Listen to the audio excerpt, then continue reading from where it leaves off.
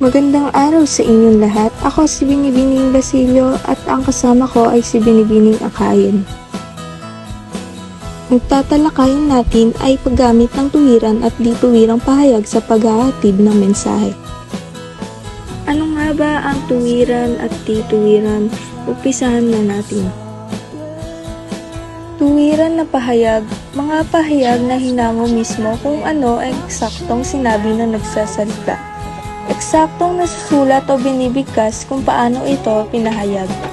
Walang pagpapakahulugan o interpretasyon, kinuha at kinopya muli ang mga salita at inulit ng tagapag-ulat o tagapagbalita.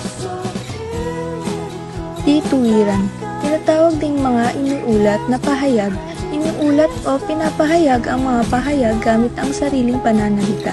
Minomodify o binibigyan ng interpretasyon ang mga orihinal na pahayag na salungat naman sa mga pahayag na nilalagyan ng panipid. Ginagamit ito kapag ang mga pahayag ay nasabi, nabanggit, natapos o nagawa na. Tumungo naman tayo sa mga halimbawa ng tuwirang pahayag sa paghahatid ng mensahe. Maaaring sinabi ng Pangulo, walang wangwang sa ating administrasyon. Edukasyon ang pinakamahalagang yaman sa mundo, wika ni Tatay. Kayo po ba, gusto nyo makulong ang lahat ng tiwali? Tanong ng Pangulo. Ang kabataan ng pag-asa ng bayan, wika ni Dr. Jose Rizal. Tumako naman tayo sa mga halimbawa ng di-tuwirang pahayag sa paghahatid ng mensahe. Mariing sinabi ng Pangulo na walang wangwang sa kanyang administrasyon. Pinika ni Tatay na ang edukasyon ang pinakamahalagang yaman sa mundo.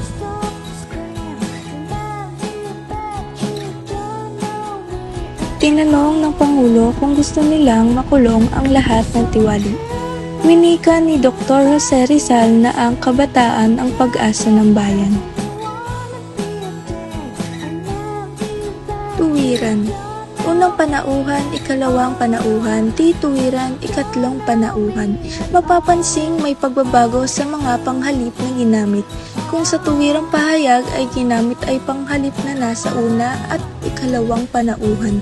Sa di-tuwirang pahayag ay ginamit ng panghalip na nasa ikatlong panauhan.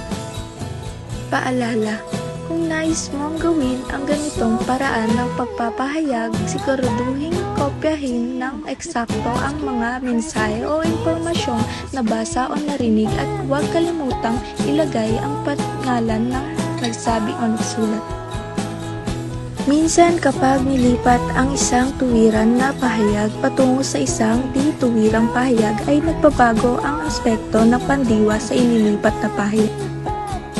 Maraming salamat sa pakikinig. Naway may natutunan kayo sa tinlakay natin.